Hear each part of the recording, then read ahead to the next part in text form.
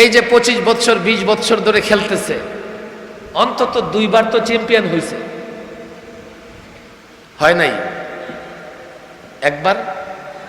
একবারও না। কোথায়? রানার আপ তো হয়েছে, সেকেন্ড পজিশন তো ছিল নাই। 3 নম্বরে তো এগুলোর এই কুরবানিতে সাইজ করে দিলেই হইতো। এই কুরবানিতে 1000 কোটি টাকা ব্যয় করে দেশের পতাকা উঁচু করতে পারো না, 1 পয়সা যেখানে খরচ নাই, সেখানে মক্তব হেফজখানা থেকে আমার ছাত্ররা গিয়া মধ্যপ্রাচ্য গোটা আরবকে পরাজিত করে বাংলাদেশের পতাকা উত্তোলন করে। তোমরা তাদেরকে পছন্দ করো না। 2, আমি তাকে বলেছি 2 নম্বর এক্সাম্পল নেন। আমি নুরানি মক্তবে 3 বছরে যা পড়াই, আপনার পাঠদান পদ্ধতিতে 10 বছরে পড়াতে পারবেন? হুজুর আমি তো জানি না আপনারা নুরানি মক্তবে কি পড়ান। আমি বলি নুরানি মক্তবে এই করি, হাতের লেখা এমন হয়, এতগুলো ওয়ার্ড শিখে, এতগুলো দোয়া শিখে, কোরআন বিশুদ্ধ করে পড়তে থাকে। আমি যখন বলতেছি হুজুর থামেন, এই পর্যন্ত ব্রেক ধরেন, এই পর্যন্তই সম্ভব না। প্রাইমারি স্কুলে 1, 2, 3 3টা ক্লাসে সরসরা লেখতে তার জীবন যায়। নুরানিতে 3 বছর পড়ার পরে তার হাতের লেখা এত সুন্দর হয়, এসএসসি এইচএসসির ছাত্ররা তার মতো সুন্দর করে লিখতে পারবে না। আপনাদের পাঠদান পদ্ধতি আমরা কেমনে নেব বলেন দেখি? আমরা একসময় এনজিওদের বিরুদ্ধে কথা বলেছি, তাদের ভালো লাগে নাই, তাদের বুঝতে একটু সময় লাগে। আমরা ইসরায়েলি ষড়যন্ত্রের বিরুদ্ধে কথা বলেছি, ভালো লাগে নাই। বাংলাদেশের মানুষ, পরিষ্কার বলি, অবস্থান যা গ্রহণ করি জেনে বুঝে করি। কসাই মুদির বিরুদ্ধে কথা বলেছি, জেনে বুঝে কথা বলেছি। একটা সময় সে দেশটাকে অনেক ভোগাবে। সে এতটা স্বৈরতান্ত্রিক উগ্র মন মানসিকতার ব্যক্তি, তার রাষ্ট্রের জনগণ তার হাতে নিরাপদ না। আমরা বাংলাদেশিরা তার হাতে কেমনে নিরাপদ থাকবে? বাংলাদেশের স্বার্থে তার কাছ থেকে কোনো কিছু আশা করা যায় না। এটা দেশপ্রেম থেকে আমি বলতেছি, আমার ব্যক্তিগত কোনো এখানে তার বিরুদ্ধে আমার কোনো অভিযোগ নেই। আমার জায়গা জমিনও সে দখল করে দেয়। আমি বলছি তোমার ভালো লাগলে তুমি বুঝো, না লাগলে না বুঝো, কিন্তু একটা সময় বুঝবে, তখন আর তোমাদের কোনো কিছু করার থাকবে না। আল্লাহ মাফ করুন, কথা আমি দীর্ঘ বলবো না। আমি সেই সকাল 11টা থেকে কথা বলা শুরু করছি, এখন অলরেডি রাতের 11টা বেজে গেছে। এটা বিবারিয়ার লোকজনের মহব্বতে। বিবারিয়াতে আলহামদুলিল্লাহ আল্লামা মুফতি আমিনুর রহিমাহুল্লাহ যেহেতু খেদমত করার, জোতা টানার সুযোগ হয়েছে, আমি যথাসম্ভব চেষ্টা করি বিবারিয়ার কোনো প্রোগ্রাম কেউ চেয়ে যেন আমার উপর নারাজ না হয়। কিন্তু সময় আমাকে যতটুকু সুযোগ দেয় আমি ততটুকুই তো করতে পারবো। সময়কে তো কেউ কন্ট্রোল করতে পারে না, নিয়ন্ত্রণে নিতে পারে না। অন্ধদের কথা বলতেছিলাম, ওরা হাতি দেখে এসছে। আচ্ছা, এখন লোকেরা জিজ্ঞেস করতে হাতি দেখেছো? হ্যাঁ। একজনকে বলতেছে তুমি কি দেখেছো? হ্যাঁ আমি হাতি দেখেছি, গাছের গোড়ার মতো। এর মানে তার হাত পড়েছে হাতির কোথায়? আপনাদের তো এই ঘটনা জানার কথা। তুমি কি দেখেছো? আমি দেখেছি হাতি দেখেছি। কেমন? কয় জারু মতো। জারুর গোড়ায় যখন বাঁশ লাগায় দেয় আর ঝুলাই দেয়, দেখেন কেমন। এর মানে তার হাত পড়েছে কোথায়? তুমি কি দেখেছো? আমি দেখেছি কুলার মতো হাতি। তার হাত পড়েছে কোথায়? বর্তমানে ইসলামের সঙ্গে এমন একটা আচরণ করা হইতেছে যে যতটুকু ইসলাম দেখে, ইসলাম নিয়ে ততটুকুই ব্যাখ্যা করে, এবং এমন গোয়ার তুমি করে, এবং তাদের বড় চেয়ার আছে, তাদের বড় পজিশন আছে। এদেশের সাধারণ মানুষ তাদের কাছে যায়, নানা করানো যায়, যেতে বাধ্য। তারা নিজ থেকে ইসলামের যে ব্যাখ্যা করতেছে, সে অন্ধের হাতি দেখার মতো, এর চাইতে বেশি কিছুই না। এই জায়গায় জাস্টিস তকি ওসমানী সাহেব পাকিস্তানের জং পত্রিকায় নিয়মিত তিনি নসিহত লিখতেন। এখন এটা আবার বই আকারে বের হয়েছে। আমি ছোট মুখে দুঃসাহস দেখাবো না, যেহেতু তকি ওসমানী সাহেব লিখেছেন, আমি ওনার কথাটাই নকল করতেছি। এইভাবে ইসলামটাকে একটা সংকীর্ণ জায়গায় নিয়ে যাওয়া হচ্ছে, সংকীর্ণ জায়গায়, যার জন্যে আমার আগে মুফতি মিজানুর রহমান সাইদ সাহেব বলেছেন, সূরাতুল ফাতহের আলোচনা করতেছিলেন, সূরাতুর রসবদায় ফাতা আছে, মানে ইসলামে বিজয় আছে, পরাজয় নাই। মুমিনের জীবনে কোনো পরাজয় নাই। মুমিনের দেহের প্রতিটা টুকরা যদি রাস্তায় পড়ে থাকে তারপরেও সে বিজয়ী। মুমিনের জীবনে কোনো পরাজয় নাই। ইসলাম পরাজিতের ধর্ম নয়, ইসলাম বিজয়ী ধর্ম, ইসলাম বিজয়ের ধর্ম। আমরা কোথায় বিজয়ী? দেখেন, 1.5 কোটি ইহুদির বিরুদ্ধে 200 কোটি মুসলমান লড়াই করতে পারে না। আরে মুসলমান ওই যে কোকা কোলার মতো রঙের পানি ছাড়তে পারে না, কোকা কোলার মতো রঙের পানি তো ছাড়তে পারে না। আপনাদের কষ্ট হচ্ছে না তো? একটু লম্বা হলে কষ্ট হবে, আধা ঘন্টা 1 ঘন্টা হয়ে গেলে। এখন একটা ক্রিকেট খেলা চলতেছে, আমি মাঝখানে বলতেছিলাম এটা নিয়ে।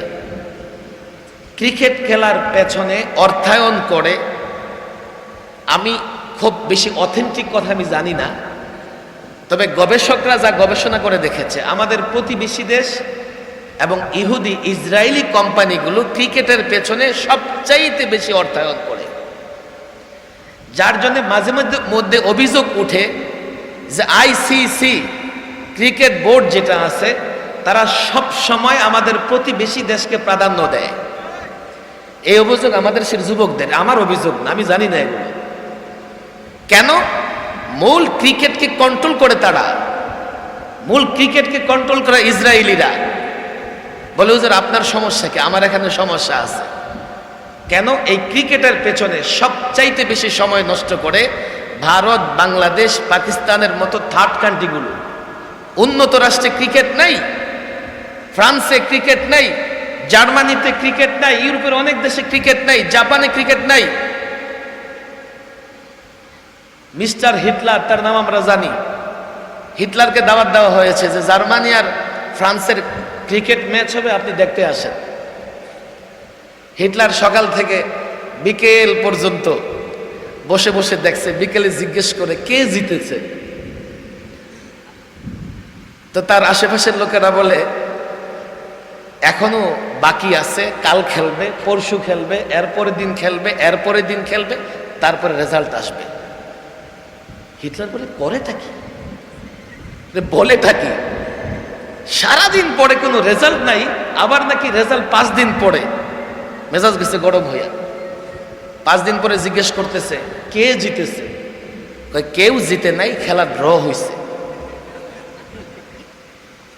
হিটলার কয় এর পরে যদি আমার দেশে কেউ ক্রিকেট খেলে ওর পিঠের চামড়া থাকবে না। তখন এই T20 ওয়ানডে এগুলো ছিল না, টেস্ট ক্রিকেট দিয়ে ক্রিকেট শুরু। ক্রিকেট হচ্ছে জমিদারদের খেলা। ক্রিকেট কার খেলা? আপনাদের হয়তো পছন্দ হইতেছে না, কারণ এখন সব তো ক্রিকেট পাগল, আমার কথা ক্রিকেটের বিরুদ্ধে যাইতেছে। জার্মানি, উন্নত রাষ্ট্রগুলো, এখন আমেরিকাও লম্বা সময় ক্রিকেট থেকে দূরে। তাদের হাতে তো ফালতু সময় নাই যে সারা দিন পরে ক্রিকেট খেলবে, সারা দিন পরে ক্রিকেট দেখবে। এ ফালতু সময় আছে আমাদের থার্ড কান্ট্রি তৃতীয় শ্রেণীর দেশগুলোর হাতে। দেখো দেখো, সারাদিন পরে দেখো। এর পিছনে ইউরোপিয়ানরা অর্থায়ন কেন করে? এর পিছনে ইসরায়েলিরা অর্থায়ন কেন করে? এর পিছনে প্রতিবেশী রাষ্ট্রের ব্যবসায়ীরা অর্থায়ন কেন করে? তারা ফালতু সময়ে মুসলমানদের মূল্যবান, ফালতু কাজে মুসলমানদের মূল্যবান সময় নষ্ট করতে চায়।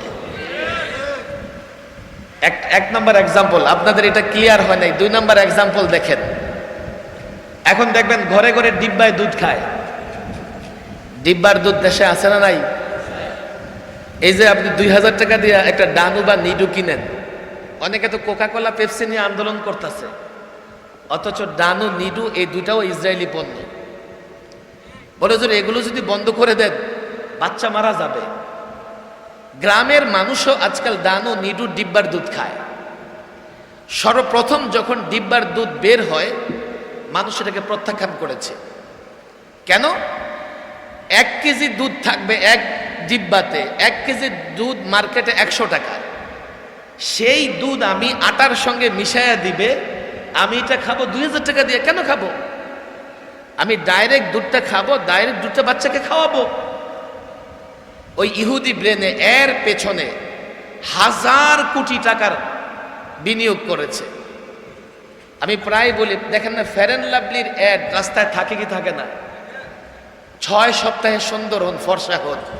আর আমার সমাজের যুবকরা সুন্দর হওয়ার জন্যে ঘন্টার পর ঘন্টা ফেয়ার অ্যান্ড লাভলি মাখতে থাকে। একজন দাঁড়াইতে পারবেন যে ফেয়ার অ্যান্ড লাভলি মাইখা চেহারা সুন্দর হয়েছে? কার হয়েছে? দুবাই থেকে হয়েছে। আটা মাইকে বয়ে থাকবেন, আরো সুন্দর লাগবে। এই বিজ্ঞাপন দিয়া লোকদেরকে আকৃষ্ট করে তারা পণ্য বিক্রি করে। এই ডিব্বার দুধের পেছনে এমন অ্যাড দিল, এখন জাতি ভুলেই গেছে যে ডিব্বার দুধের চাইতে গরুর দুধ ভালো, গরুর দুধের চাইতে মায়ের দুধ ভালো, ভুলেই গেছে। এই যে পেপসি কোকাকোলা বের হয়েছে, কি আছে এটার মধ্যে? বাড়িতে বসে একটু লবণ দিয়া পানি খাবেন আর একটু লেবুর রস খাবেন, অনেক ভালো। ইহুদিদের এই ব্যবসায়িক উদ্দেশ্য, সেটা মাল্টিন্যাশনাল হোক, ইন্টারন্যাশনাল হোক, লোকাল হোক, ব্যবসায়িক উদ্দেশ্য থেকে তারা ক্রিকেট খেলাকে প্রায়োরিটি দিতেছে, প্রমোট করতেছে। তারা এই ধরনের পানীয় জিনিস নায়ক নায়িকাদের দিয়া অ্যাড দেওয়া যুবকদের খাওয়াইতেছে। যে জিনিস আমি সরাসরি খাইতে পারি ডিব্বায় ভরে, আমার কাছ থেকে 20 গুণ দাম বেশি নিয়া আমার দুধ, আমার গরুর দুধ নিয়া আমাকে ডিব্বা ফেরত দিতেছে 20 গুণ দাম নিয়া। এই যে ইহুদিদের ব্যবসায়িক পলিসি, এগুলোর পেছনে ষড়যন্ত্র আছে, ব্যবসায়িক উদ্দেশ্য আছে, কিন্তু মুসলমানদের বুঝার ক্ষমতা নাই। মুসলমানদের বুঝার ক্ষমতা নাই। ইহুদিদের প্রসঙ্গে তো আলোচনা চলেই আসছে, আমি এদিকে আজকে আলোচনা করব না। এ নিয়ে ওলামায়ে কেরাম যথেষ্ট আলোচনা করেছেন। আমি মূল যে জায়গাটায় যেতে চাই, দেখেন ভালো করে, আমি ছাত্র ওলামা তোলাবাদের বলি, এই বক্তব্য আমার নয়, আমি জাস্টিস তকি উসমানী সাহেবের একটা উদ্ধৃতি দিতে চাই।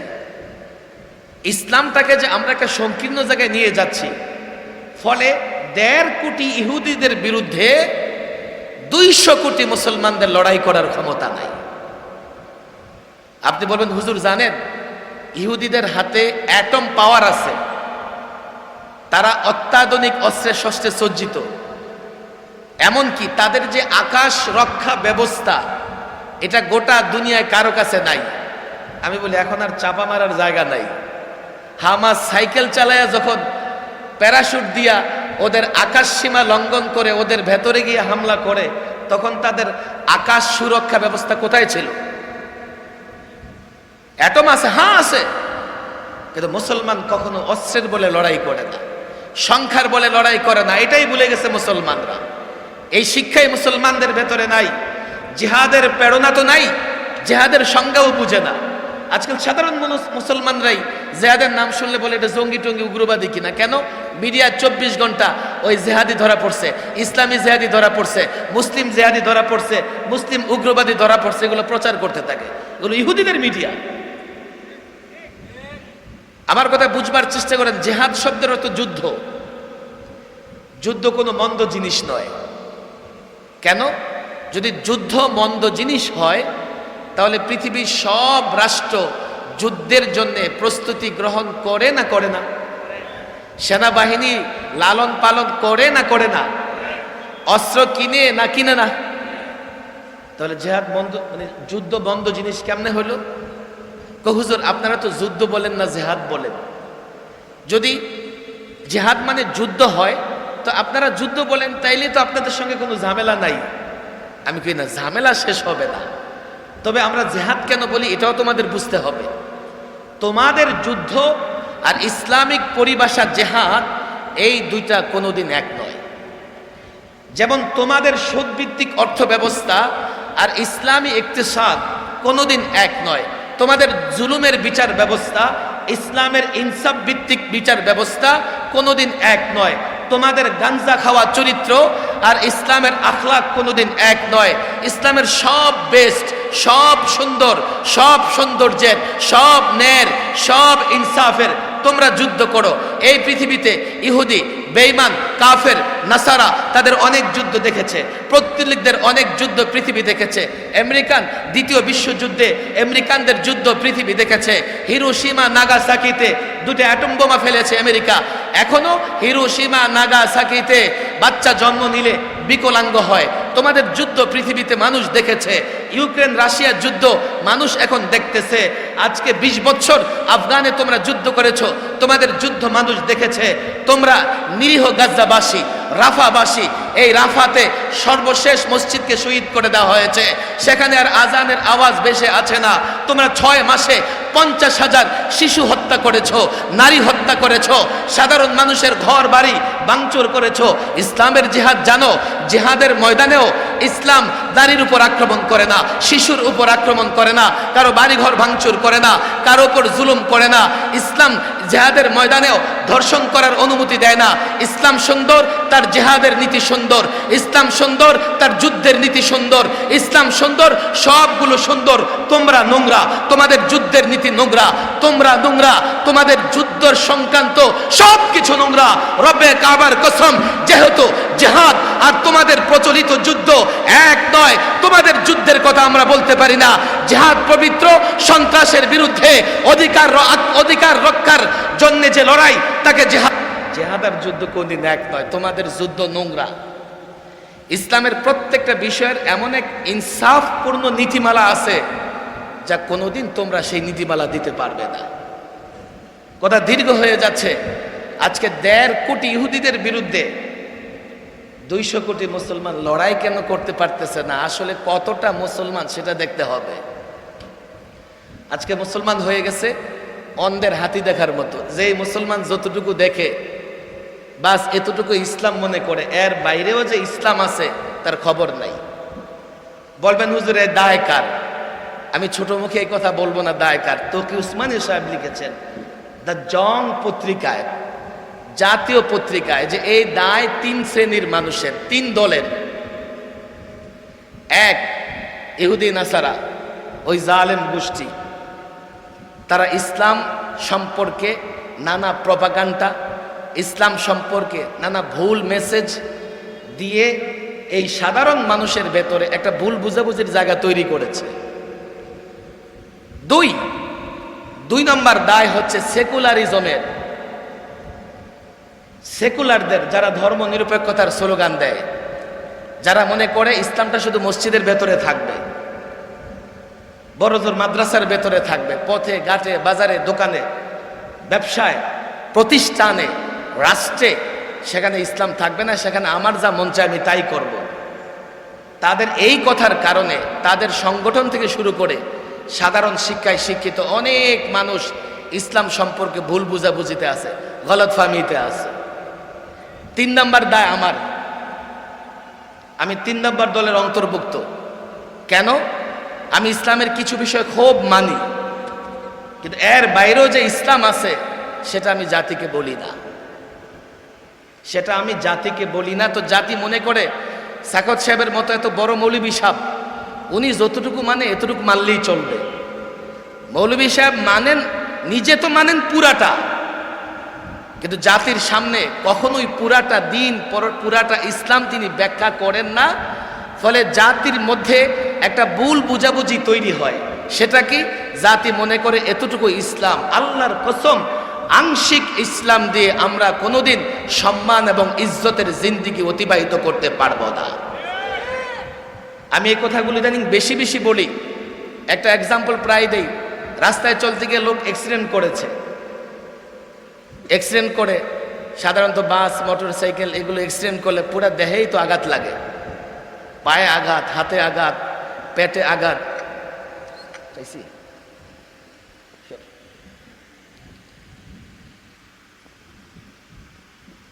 হাসপাতালে গেছে, যাওয়ার পরে ডাক্তার তার পায়ে যে আঘাত লাগছে এটাকে খুব সুন্দর করে ব্যান্ডেজ করেছে, ট্রিটমেন্ট করেছে, ছেড়ে দিয়েছে। পেটে আঘাত, মাথায় আঘাত, হাতে আঘাত, সেদিকে ডাক্তার খেয়াল করে নাই লোকটা কি সুস্থ না অসুস্থ। ইসলামের একটা বিষয় খুব মানলেন, হ্যাঁ আপনি উপকৃত হবেন বটে, কিন্তু পরিপূর্ণ উপকৃত হতে পারবেন না। হযরত এখানে আছেন, আমি এই প্রোগ্রামটা আমি এত ব্যস্ততার মধ্যে কবুল করেছি, আমি মনে করেছি আজকে তোলাবাদের আলেমদের একটা বড় অংশ এখানে থাকবে। এই দায় আয়োজকদের নিতে হবে। সামনে প্রোগ্রাম করার আগে 10 বার কনফার্ম করতে হবে যে আপনারা কি কাজ করেন এলাকাতে। কেন আমাদের ছাত্ররা এই দিনকে বহন করবে, তো আমাদের ছাত্ররা দিনের দায়ী হবে, তারা দিনের মুআল্লিম হবে। তারা আমার সাধারণ মুসলমান, কেউ ব্যবসা করবে, কেউ ইঞ্জিনিয়ার হবে, কেউ ডাক্তার হবে। আমার ডাক্তার দরকার আছে, আমার ইঞ্জিনিয়ার দরকার আছে, কিন্তু ওনার যখন ইসলাম দরকার হবে, তো আমার ছাত্র, আমার একজন আলেম, আমার একজন শিক্ষকের সঙ্গে যোগাযোগ করবে। সে যদি তাকে পরিপূর্ণ ইসলাম দিতে না পারে, তো তাকে সে ট্রিটমেন্ট করতে পারলো না, তার এই ট্রিটমেন্টে সে সুস্থ হবে না, অর্থাৎ সে ইসলাম দিয়ে পরিপূর্ণ উপকৃত হতে পারবে না। 24 ঘন্টার ইসলামে আপনি 1.5 ঘন্টার ইসলাম বলে দিলেন, তো বাকি 22.5 ঘন্টা সে কেমনে চলবে, এটা তাকে কে বলবে? মসজিদে 1.5 ঘন্টার জন্য আসে, 1 ঘন্টার জন্য আসে, মসজিদ থেকে বের হয়ে দোকানে যায়, দোকান কি করে চলবে? মসজিদ থেকে বের হয়ে রাজনৈতিক অফিসে যায়, রাজনীতি কি করে করবে? সরকারি অফিসে যায়, দফতর কি করে চালাবে? দরকার আছে না নাই? আপনাদের কষ্ট হইতেছে, খারাপ লাগতেছে কথাগুলো আমার, তাদের লাগুক, কি হয়েছে? মনে করেন আপনাদের খারাপ লাগা পরোয়া করতেছি, এতটুকু পরোয়া করতে পারলে তো রাজার হালাতে ঢাকায় থাকতে পারি। আমার কথাগুলো বুঝবার চেষ্টা করেন। আমি মনে করি বিবারিয়াতে যে পরিমাণে ওলামায়ে কেরাম, মাদ্রাসার ছাত্র, তারা যদি মুআল্লিম এবং দায়ী হয়ে যায়, গোটা বাংলাদেশে দ্বীনের তালিম, দ্বীনের দাওয়াতের জন্য যথেষ্ট হয়ে যাবে। বিবারের মাটিতে এই পর্যন্ত বুজুর্গ ওলামায়ে কেরাম আছেন, জামিয়া ইউনুসিয়ার শিক্ষা সচিব আছেন। হযরতকে আমি সবচেয়ে বেশি সম্মান করি কেন? আল্লামা মুফতি আমিন রহিমাউল্লাহ হযরতকে সম্মান করতেন, সরাইলে গিয়ে খুঁজতেন, বাসায় যেতেন যে শামসুল হক সাহেব কোথায় আছে। যোগ্য আলেম আছে বিবারিয়াতে, প্রতিষ্ঠান আছে, সাধারণ মানুষ বিবারিয়ার আলেমদের সাপোর্ট করে। এই বিবারিয়া থেকে যদি দায়ী তৈরি না হয়, এই বিবারিয়া থেকে যদি মুআল্লিম তৈরি না হয়, আলেমরা আল্লাহর কাছে জবাব দিতে পারবে না। এই বিবারিয়ার মানুষ আলেমদেরকে মহব্বত করে। এখন আপনি ট্রিটমেন্ট করবেন, জাতির পূর্ণাঙ্গ ট্রিটমেন্ট করতে হবে। এখন পূর্ণাঙ্গ ট্রিটমেন্ট করতে হলে পূর্ণাঙ্গ ট্রিটমেন্ট জানতে হবে। পূর্ণাঙ্গ ইসলামের একটা সাজারা, একটা চার্ট এই জাতির সামনে তুলে ধরতে হবে। আমি এই কথাগুলো প্রায় বলি, শুধু বলি না, আমি সবকের মতো করে বলি। আমার মনে হয় যে আমার দায়বদ্ধতার জায়গা থেকে আমি আল্লামা মুফতি আমিন রহিমাহুল্লাহকে অন্তত একটা আয়াতের উপরে বয়ান করতে শুনেছি, বিবারিয়াও করেছে। এবং এই আয়াত পরে হুজুর বলতেন, আমার ঈমান আছে কিনা আমার নিজেরই সন্দেহ হয়। অথচ অনেকে কিন্তু সে আয়াতের খবর নাই, পাক্কা মুমিন হয়ে গেছে, আয়াতের খবরই নাই। জাতির সামনে যদি ইসলাম তুলে ধরতে পারি, আমার বিশ্বাস এই জাতি ইসলাম গ্রহণ করতে বাধ্য। আপনাদের কষ্ট হইতেছে না? ছোট্ট একটা এক্সাম্পল দিব নাকি? বাবরি মসজিদ শহীদ করা হয়েছে, ইতিহাস জানেন তো আপনারা। 3 জন ব্যক্তির ঘটনা আসছে সামনে, যারা সরাসরি বাবরি মসজিদ শহীদের কাজে অংশগ্রহণ করছে, শহীদ করার কাজে অংশগ্রহণ করছে। কেন? তারা পরবর্তীতে মুসলমান হয়েছেন এবং তারা মিডিয়াতে সাক্ষাৎকার দিয়েছেন। এর মধ্য থেকে একজন বলবীর সিং, পরবর্তীতে তার নাম সম্ভবত আমর বা আমের, বাংলাদেশও সফর করেছে। তাদের ইসলাম গ্রহণ করার ইতিহাস এতটাই বিস্ময়কর, এই 3 জনের ইসলাম গ্রহণের ইতিহাস বর্ণনা করলে ঘন্টা পার হয়ে যাবে। আমি উলামাদের কাছে বলবো এগুলো সংগ্রহ করে। ভারতের একজন সংগ্রামী আলেম সালমান মনসুর পুরী, উনি তাদের ইতিহাস লিখেছেন। আমি তাদের ইসলাম গ্রহণ করার ইতিহাসের দিকে যাব না। বলবীর সিং ইসলাম গ্রহণ করার পরে তাকে যখন মিডিয়া সাংবাদিক জিজ্ঞেস করলো যে আপনি কেন গেছেন বাবরি মসজিদ ভাঙতে, সে বলতেছে যে আমি জানতাম না বাবরি মসজিদ কি জিনিস। আমাদেরকে বলা হয়েছে, দেখো এই তোমাদের রামের মন্দিরের উপরে এখানে একটা স্থাপনা তৈরি করা হয়েছে, এটা ভেঙে ফেলতে হবে। তা আমরা মনে করেছি হায় হায় হায়, আমাদের ভগবানের ঘরের উপরে কেউ স্থাপনা তৈরি করেছে, এটা রাখা যাবে না, এটা ভেঙে ফেলতে হবে। আমরা এটা ভেঙে ফেলতে সেখানে গেছি, ভেঙে ফেলেছি। তো ইসলাম গ্রহণ করার ইতিহাস তো পড়ে, আপনি ভেঙে ফেললেন কেন? বলে যে আমি জানতাম না। খেয়াল করেন, শুধু বলবীর সিং এতটুকু বলে নাই, সে বলছে হ্যাঁ, যদি মুসলমানরা আমাকে আগে থেকে এটা বলতো যে মসজিদ এই জিনিস, আমি কেন, আমাদের কেউ মসজিদ ভাঙতে যাইতো না। আমি এখন অনুতপ্ত, আমি ওয়াদা করেছি একটা মসজিদ ভেঙেছি, আমি হিন্দুস্তানে কমপক্ষে 100 মসজিদ আবাদ করবো ইনশাআল্লাহ। সে জানতো না। আরে ভাই, এই যে যুবক সাধারণ মুসলমান না জানলে কেমনে ওলামাদের সঙ্গে থাকবে, না জানলে কেমনে আলেমদের দাবির সঙ্গে একাত্মতা পোষণ করবে, না জানলে কেমনে সে ইসলামের উপরে অবিচল অটল থাকবে। সে তো মনে করে নামাজ পড়েছি, আমার দায়িত্ব শেষ, আমি ব্যবসা আমার মন মতো করবো। সে যদি জানে ব্যবসা করতে চাও, ইসলাম মেনে ব্যবসা করো, আল্লাহর কসম দুনিয়াতেও লাভবান হবে, পরকালেও লাভবান হবে। রাজনীতি করতে চাও, ইসলাম মেনে রাজনীতি করো, দুনিয়াতেও নেতৃত্ব দেবে, পরকালেও নেতৃত্ব দেবে। নানান সংগঠনের লোকজন এখানে আছে, রাজত্ব করো। হ্যাঁ, আমরা দেখতেছি তোমরা রাজত্ব করো, অদল বদল করে রাজত্ব করো। কয়দিন রাজত্ব করো, কতটা ইজ্জতের সঙ্গে রাজত্ব করো। বাংলাদেশের মতো এই ছোটখাটো রাষ্ট্রের যারা রাজত্ব করে, চেয়ারে আরাম করে বসতে পারে না, সকালে একদিকে ফিরে সেজদা করে, বিকেলে একদিকে ফিরে সেজদা করে, অমুকের পায়ে পড়ে থাকে, অমুকের কাছে গিয়ে বসে থাকে, ইজ্জতের সঙ্গে রাজত্ব করতে পারে না। 56,000 বর্গমাইলের রাজত্ব করবে, তাও ইজ্জতের সঙ্গে করতে পারো না। তুমি দেখো না, তোমার হাতে অ্যান্ড্রয়েড ফোন আছে, মিস্টার গুগলকে এখন জিজ্ঞেস করো, এ মিস্টার গুগল, আমি কি মুসলমান, আমি কি এতটাই হীন, আমি কি এতটাই দরিদ্র, আমি কেন আরেকজনের কাছে দাসখত দিয়ে আমার কেন রাজত্ব করতে হবে? মিস্টার গুগলকে জিজ্ঞেস করো, তুমি আমাকে বলো মুসলমানদের ইতিহাস, মুসলমানদের রাজত্বের ইতিহাস, মুসলমানদের বাদশাহের ইতিহাস। মিস্টার গুগল দেরি করবে না, সঙ্গে সঙ্গে মিস্টার গুগল তোমাকে মধ্যপ্রাচ্যে নিয়ে যাবে না, ইউরোপে নিয়ে যাবে, স্পেনে নিয়ে যাবে, আন্দালুসে নিয়ে যাবে, যেখানে মুসলিম শাসকরা স্পেন গোটা ইউরোপ কমপক্ষে 782 বছর শাসন করেছে। তুমি রাজত্ব করো, ইসলাম যদি গ্রহণ করো, সম্মানের সাথে রাজত্ব করতে পারবে, রাজত্বের পরিধিও বাড়বে। ইসলাম যদি গ্রহণ করে রাজত্ব করো, বাদশাহী করো, আরশে আজিমের ছায়ায় থাকবে, জান্নাতে যাবে। ইসলাম যদি গ্রহণ না করো, ইসলাম যদি পরিপূর্ণ গ্রহণ না করো, এই রাজত্ব দিয়া দুনিয়াতেও তো হুজুর ওরা কেমনে ভালো আছে, ওরা তো ইসলাম মানে না। আরে দেখো, দুনিয়ার যে আসবাবের কারণে মুসলমানদের বিজয় নয়। যদি মনে করো আসবাবের কারণে বিজয়ী হবে, তো ওরা তো বিজয়ী হবেই, ওদের কাছে আসবাব বেশি। তুমি মুসলমান, তোমার তো ঈমান বেশি থাকতে হবে, তুমি লড়াইয়ে জিতবে। তুমি যদি মনে করো অস্ত্রের মাধ্যমে লড়াইয়ে জিতবে, তুমি জিততে পারবে না, তোমার কাছে অস্ত্র নাই। আর অস্ত্রের মাধ্যমে জেতা যায় না, জিততে পারবাও না, তাদের কাছে অস্ত্র বেশি। তোমার যে সম্পদ ছিল, তোমার যে আসবাব ছিল, সেটা ঈমান, সেটা তুমি হারিয়ে ফেলেছো, সেটা তুমি হারিয়ে ফেলেছো। আমি তো সাধারণ যুবকদের বলি, তোমরা রাজত্ব করো।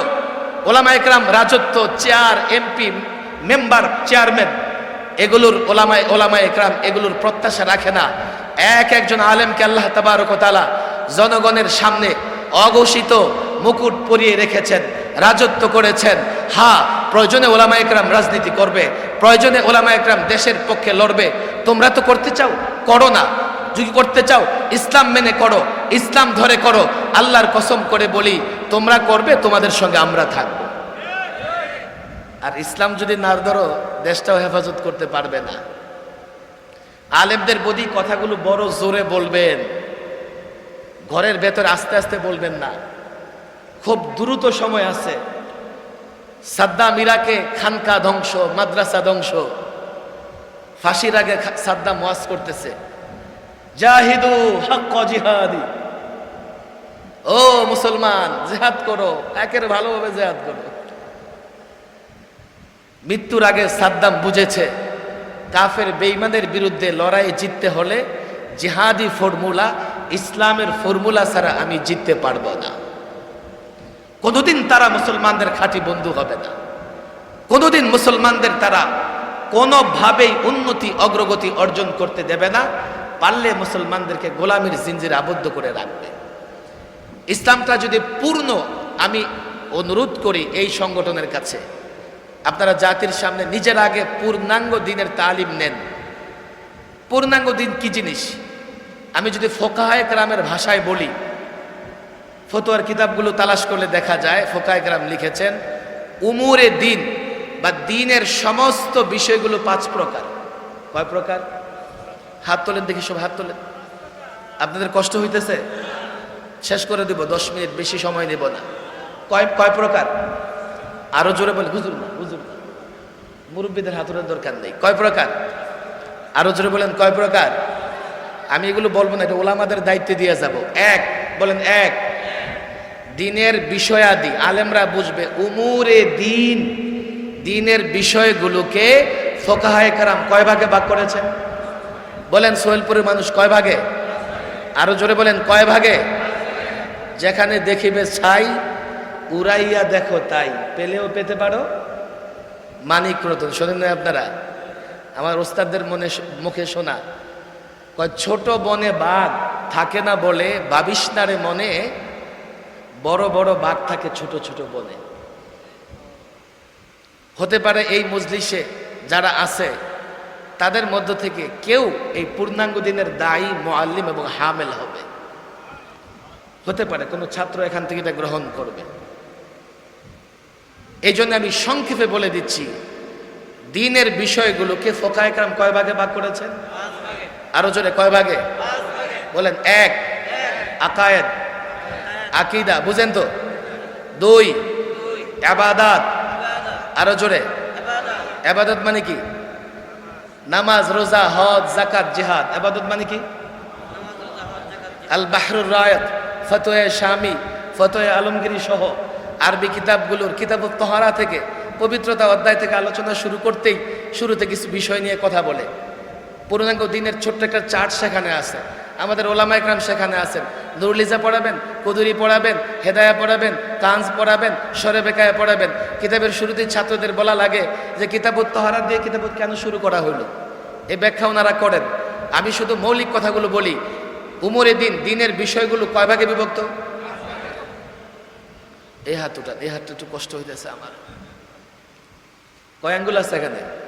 বলেন, আকায়েদ, আকীদা বুঝি না। ইবাদত, বলেন ইবাদত, বলেন বলেন। 2, 3, মুআমালাত, বলেন মুআমালাত। আরো জোরে, আরো জোরে। মুআমালাত মানে কি?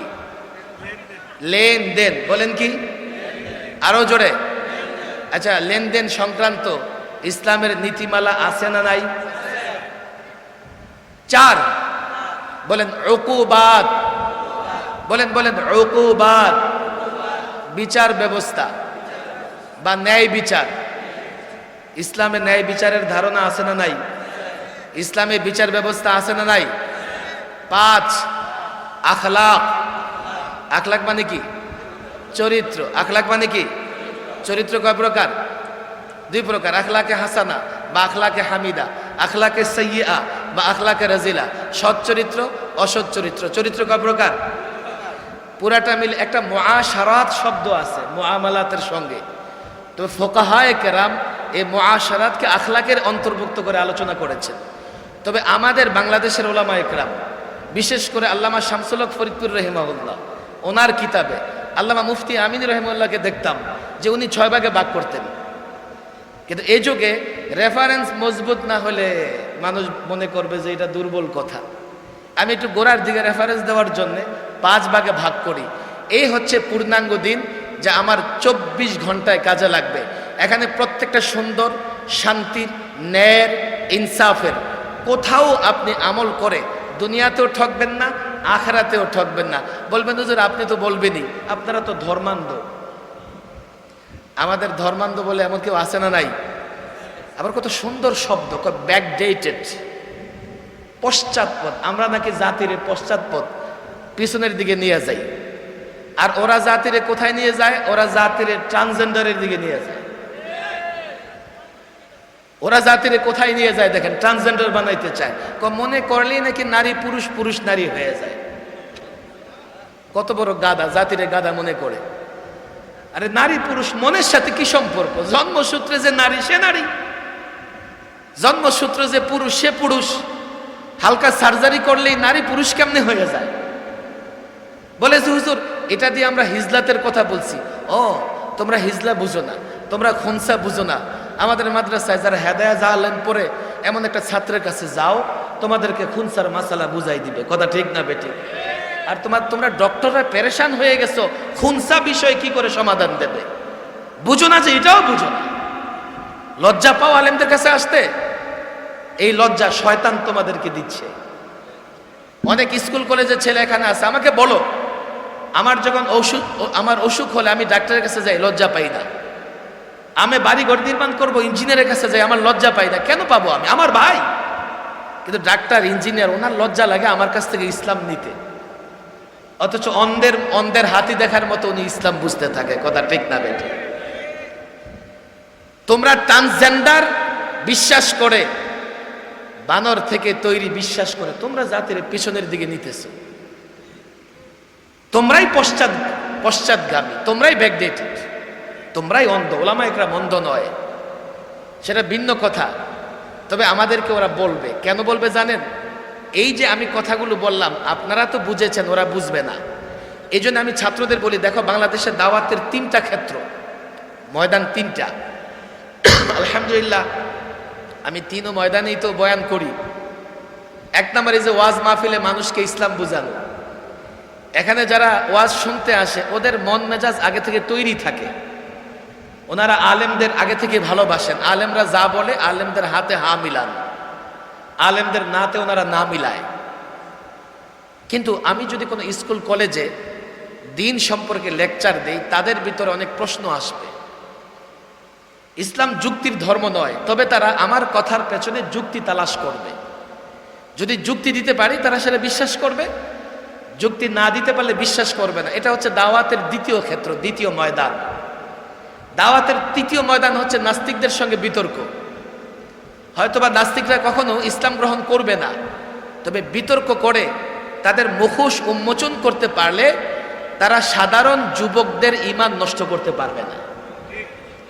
ওরা যেভাবে টেলিভিশনে বসে বসে আমারে মাঝে মধ্যে জিজ্ঞেস করে, হুজুর আপনি যান কেন? আমি বললাম আমারে ডাকে কোথায়, এখন তো ডাকেই না। তো মাঝে মধ্যে ওরা বিপদে পড়লে ডাকে এই জন্যে যে আমারে একটু হেনস্থা করা যায় কিনা। 7 জন বসায় আর আমারে মাঝখানে বসায়, মনে করে 7 জনে মিলে প্রশ্ন করবেন, মৌলভী সাহেব আজকে ঠগাইয়া দিবেন। আল্লাহ পাকের দেখেন, আল্লাহ পাকের কি নির্দেশ, ওরা 7 জনের চেহারা কালো হয়ে যায়। আলেমকে আল্লাহ তাবারক ওয়া তাআলা ইজ্জতের সঙ্গে বের করে নিয়ে আসে।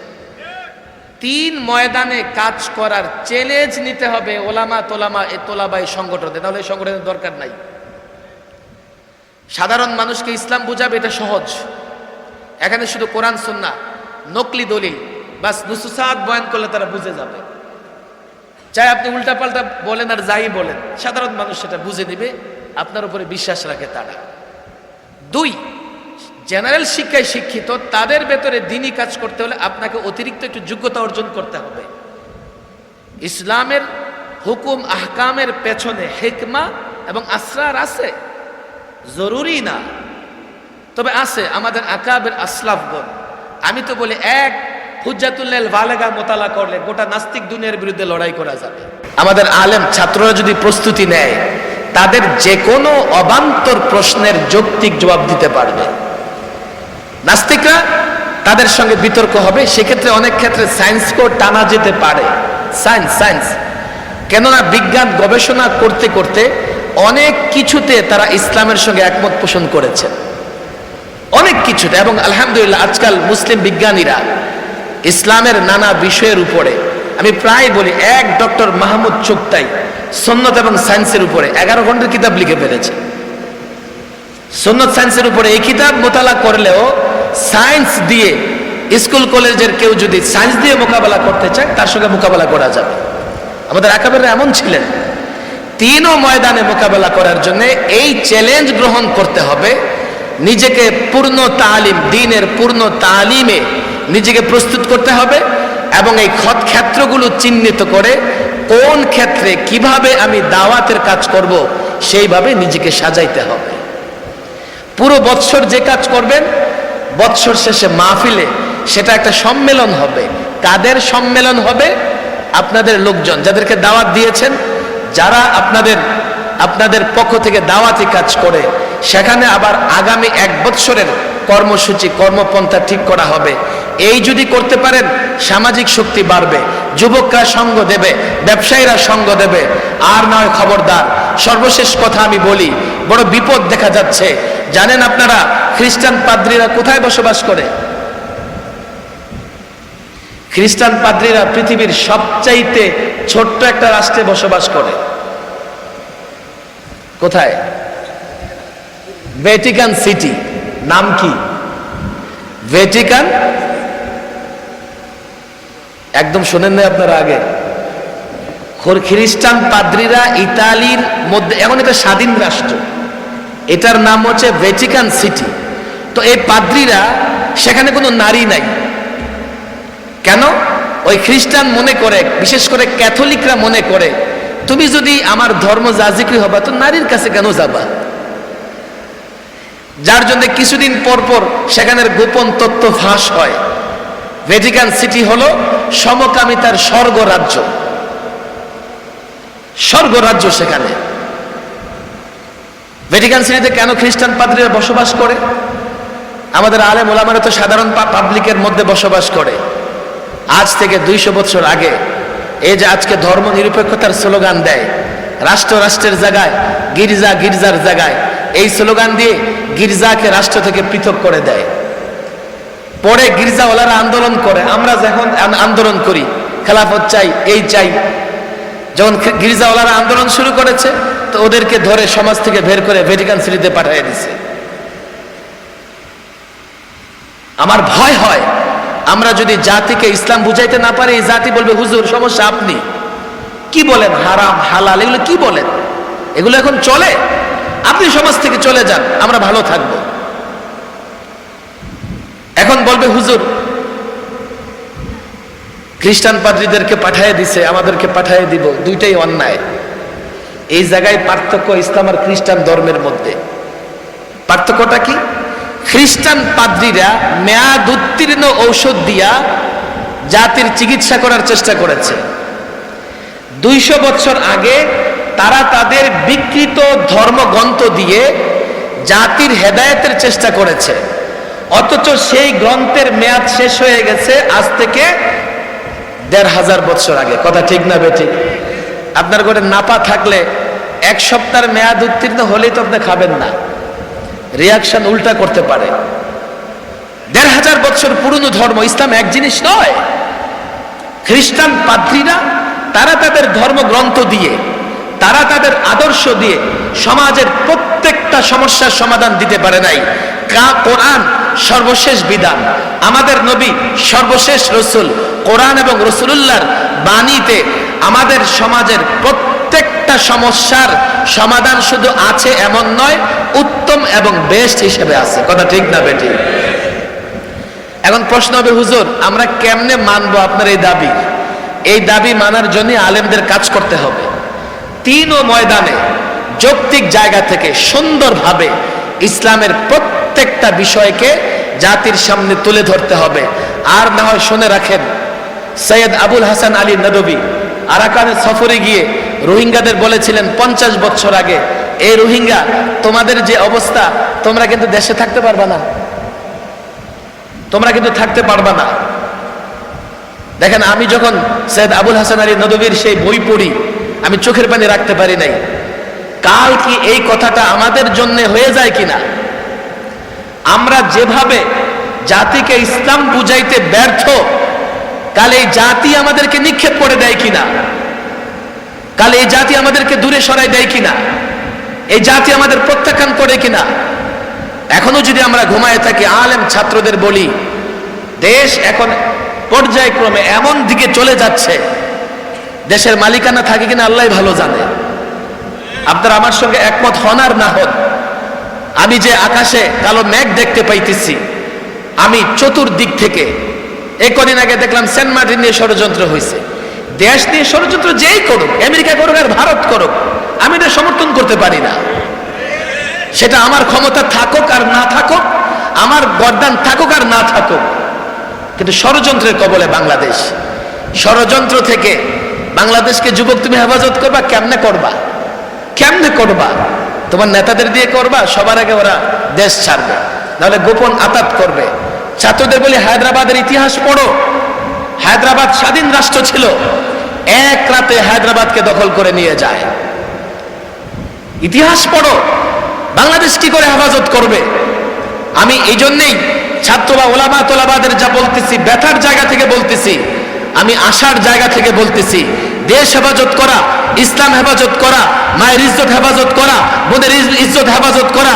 রোহিঙ্গারা যখন বাংলাদেশে ঢুকেছে, এক একটা যুবককে আমি দেখেছি আসমানের পানি আর তার চোখের পানি একাকার, আমাদের ধরে ধরে চিৎকার করে কেঁদেছে। কেন? বলেছে হুজুর আমি যুবক, পালিয়ে এসেছি, মাকে ফিরে আনতে পারি নাই, বোনের ইজ্জত বাঁচাতে পারি নাই। বাংলাদেশ তিন দিকে দুশ্মন, আরেক দিকে বঙ্গোপসাগর, কি করে দেশটাকে হেফাজত করবে? তোমার অস্ত্র নাই, তোমার সৈন্য সামন্ত দুর্বল, কি করে লড়াই করবে? এটা মুসলিম রাষ্ট্র, আমাদের একটা শক্তি আছে, ইমানি শক্তি। রব্বে কাবার কসম করে, হাজারবার কসম করে বলছি, এ যুবক, মাদ্রাসা, কলেজ, স্কুল, ইউনিভার্সিটি, ব্যবসায়ী, চাকরিজীবী, হাতে ধরে পায়ে ধরে বলছি, ইমানি বলে যদি বলিয়ান হও, ইসলাম যদি ধরো, ইসলাম যদি মানো, তুমি একজন মুসলমান এতটা পাওয়ারফুল, এতটা শক্তিশালী। রব্বে কাবার কসম, অ্যাটম বোমা নিয়ে আসুক আর হাইড্রোজেন বোমা নিয়ে আসুক, মিসাইল নিয়ে আসুক আর যাই নিয়ে আসুক না কেন, পৃথিবীর কোন পরাশক্তি যদি ইসলাম মুসলমানের বিরুদ্ধে লড়াই করতে আসে, দেখো এই যুগে আল্লাহ তাবারক ওয়া তাআলা আফগান দিয়ে তোমাদের দেখিয়ে দিয়েছে, নেটো গোটা পৃথিবীর প্রত্যেকটা পরাশক্তি একত্রিত হয়ে 20 বছর আফগানিদের উপর জুলুম করেছে। আফগানিরা যখন লড়াই করবার জন্য প্রতিরোধের প্রাচীর তৈরি করেছে, আমেরিকা তাদের দোসর নেটোর লুঙ্গি গামছা গুছিয়ে পালাবার সুযোগ পায় নাই। রব্বে কাবার কসম, ঈমান ধরো, ইসলাম ধরো, ঈমান পূর্ণ করো, গোটা কাফের তোমার বিরুদ্ধে লড়াই করতে পারবে না।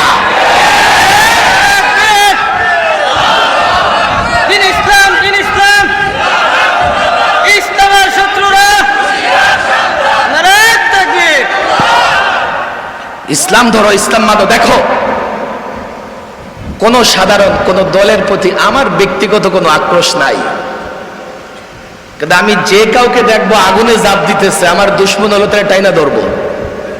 এবারে কোথায় যাস, সামনে আগুন তো।